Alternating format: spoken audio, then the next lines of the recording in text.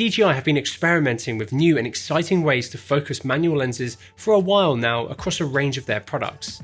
And today we are checking out their next refinement to their already great LiDAR system. This is the DJI Focus Pro. This is a fully standalone LiDAR focus system that will add a very comprehensive autofocus system to any manual focus lens that you want. And you don't need anything other than what is in this kit to calibrate and use it. So let's take a look at how it performs.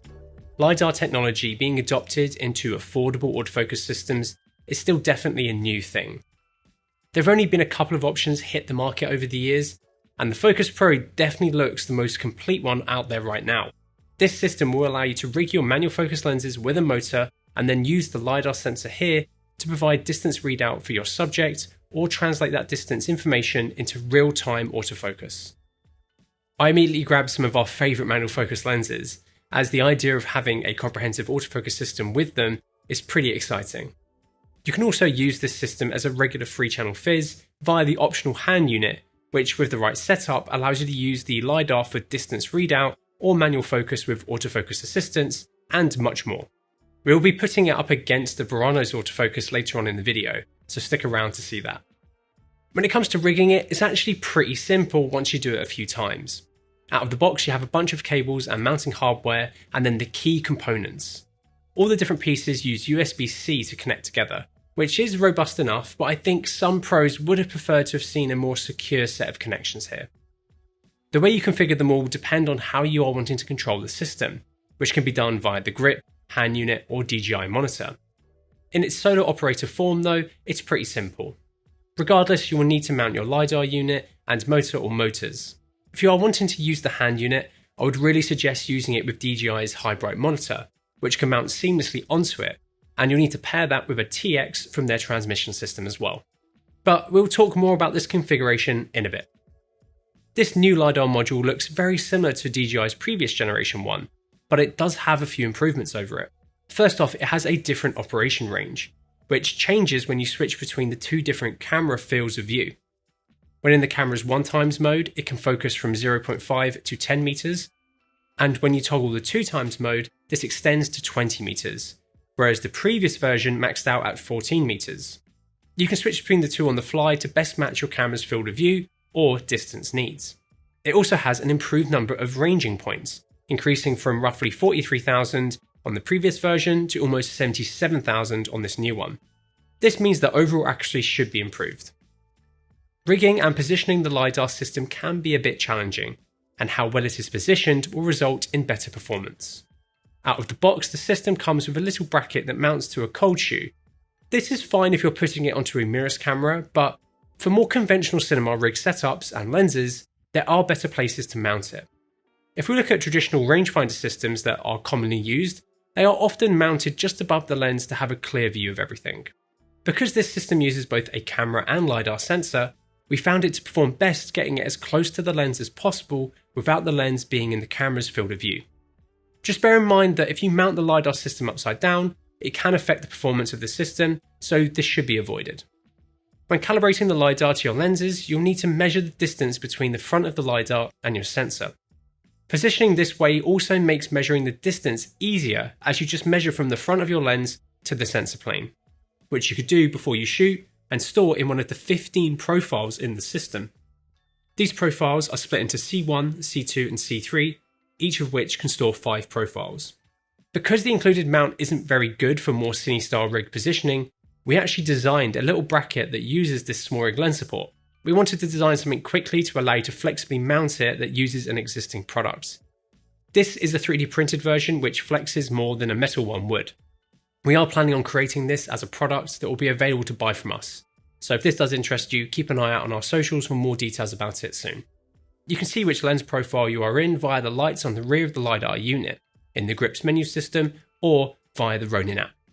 With these lights, you can also see what mode you have the LiDAR in: manual focus, autofocus, or AMF mode, where you can regain control by focusing it yourself using the grip, but it will then assist you and revert back to autofocus when you stop controlling it. You can cycle through these different modes on the module itself or via the other remote control methods. You can power the LiDAR off of just the grip or off a 12-volt source like a V-Lock battery.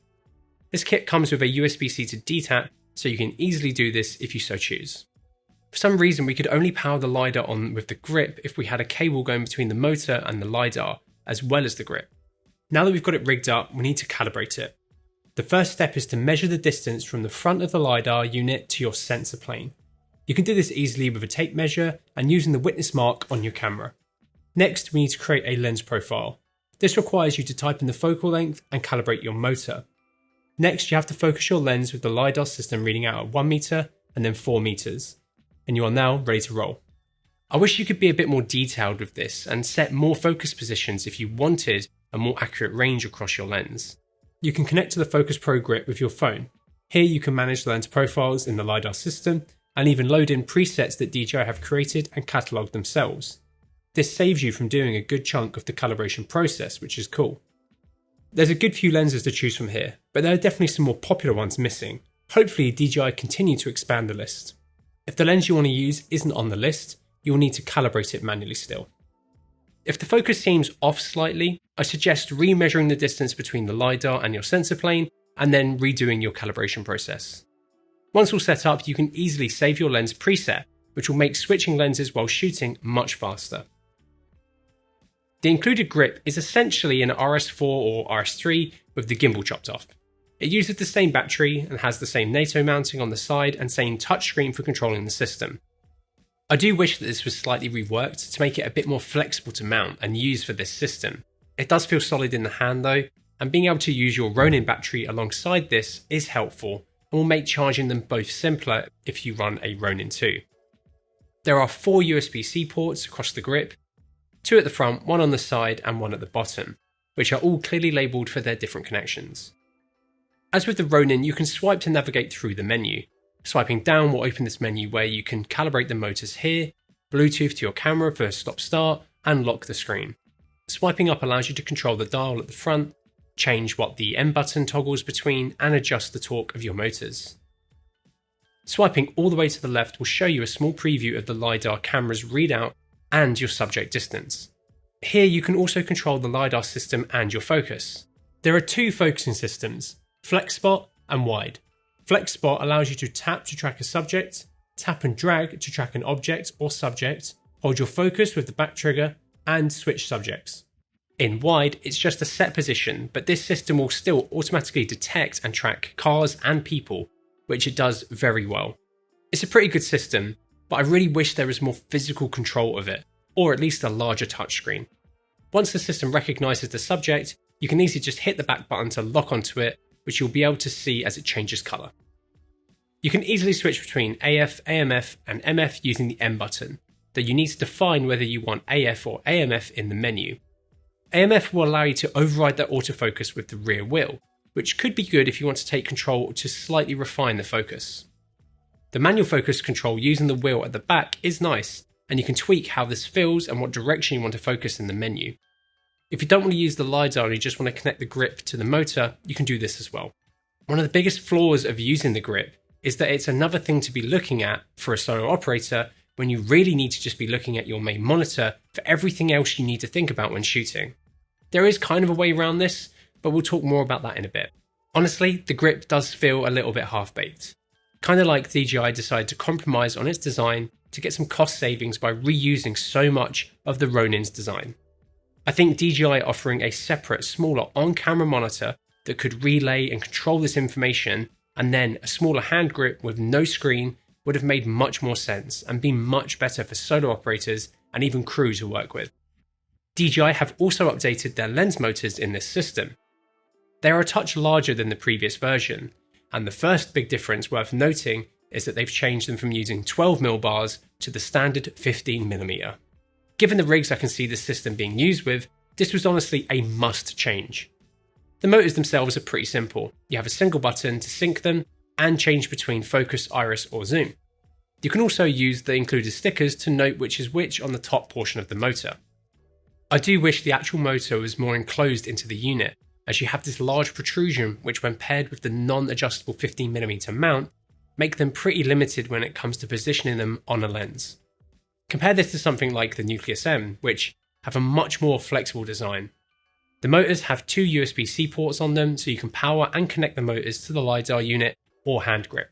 They are pretty powerful as well. We had to turn them down to their lowest torque setting for most of the lenses that we use them with. The all-in-one bundle for the Focus Pro comes with this new 3-channel hand unit. A hand unit for the Ronin 4D and RS3 has been out for a while now, but this new one is a little bit different. This hand unit allows you to control focus, iris and zoom independently via the slider, rocker and wheel.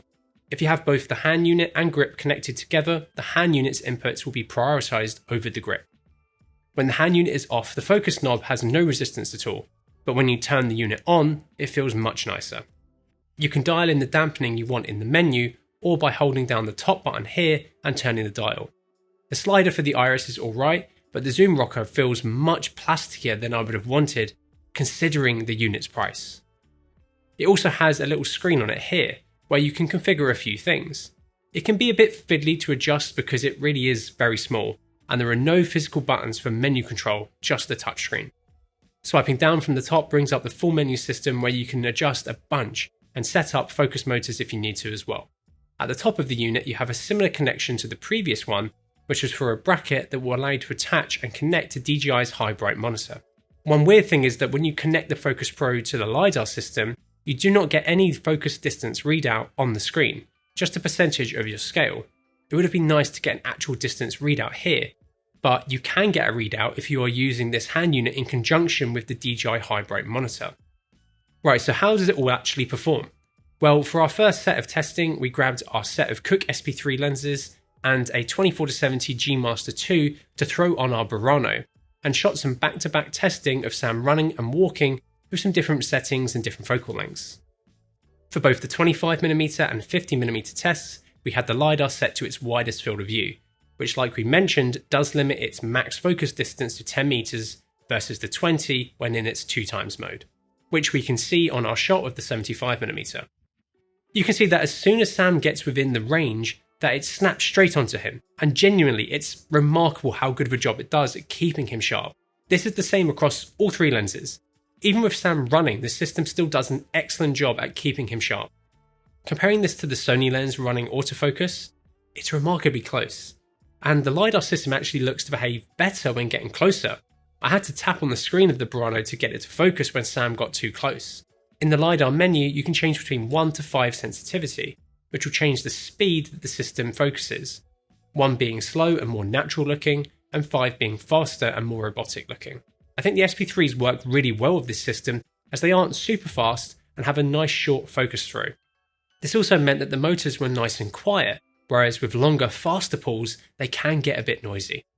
I also wanted to see how our Zeiss Otus lenses performed on this system as well, given that they're faster than the SP3s.